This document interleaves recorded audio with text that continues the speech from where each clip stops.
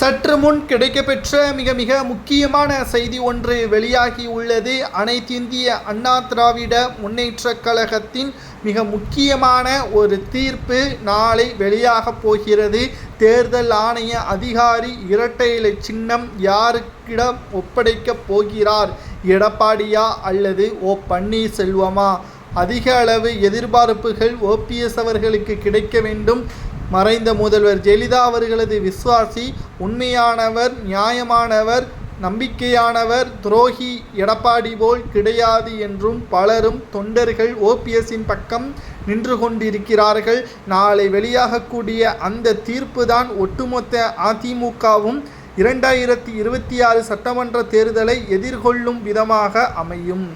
ஒருவேளை எடப்பாடி பழனிசாமி அவர்களுக்கு செல்லாமல் நினைத்தபடியே ஓபிஎஸ்ஸிற்கு சென்றால் அடுத்த கட்ட நகர்வு எடப்பாடி பின்னால் இருக்கக்கூடிய நிர்வாகிகள் அனைவரும் கூண்டோடு ஓபிஎஸ்ஸிற்கு ஆதரவுகளை தெரிவிப்பார்கள். அது மட்டுமல்ல, எடப்பாடி பழனிசாமி அவர்கள் அதிமுகவிலிருந்து ஓரம் கட்டப்படுவார்.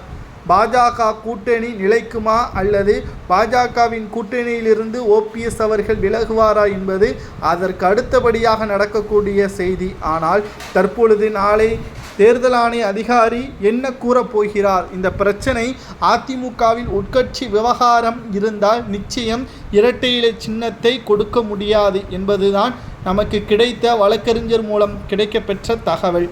அதிமுகவில் பிரச்சனை இல்லை என்று தெரிந்தால் மட்டும்தான் இரட்டை இலை சின்னத்தை கொடுக்க முடியும். தற்பொழுது இந்த வழக்கை யார் தொடர்ந்தார்? சூரியமூர்த்தி என்பவரும் ஓபிஎஸ்ஸும் தொடர்ந்துள்ளார்கள். அதிமுகவில் உட்கட்சி மோதல் அதிகமாக இருக்கிறது.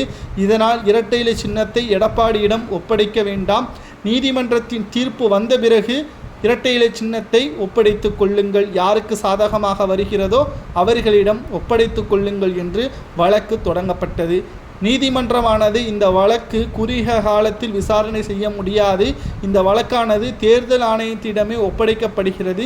தேர்தல் ஆணைய அதிகாரி இரட்டை இலை சின்னத்தை யாரிடம் கொடுக்க வேண்டுமோ அவர்களிடமே கொடுத்து கொள்ளட்டும் என்பதை கூறிவிட்டது.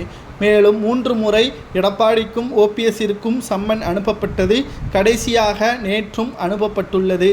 அதில் ஓபிஎஸ் அவர்களும் எடப்பாடி பழனிசாமி அவர்களும் இன்று இரவே டெல்லிக்கு கிளம்பி செல்வார்கள். நாளை தேர்தல் ஆணைய அதிகாரி முன்பு அதிமுகவில் ஓபிஎஸ் அவர்கள் இருக்கிறாரா இல்லையா என்பதை எடப்பாடியிடம் கேட்பார்கள். ஒருவேளை அதிமுகவிலிருந்து எடப்பாடி ஓபிஎஸ்ஸை நீக்கப்பட்டது என்று கூறினால் அதற்கான விளக்கம் தவறாக இருந்தால் ஓபிஎஸ்ஸிற்கு இரட்டை இலை சிலை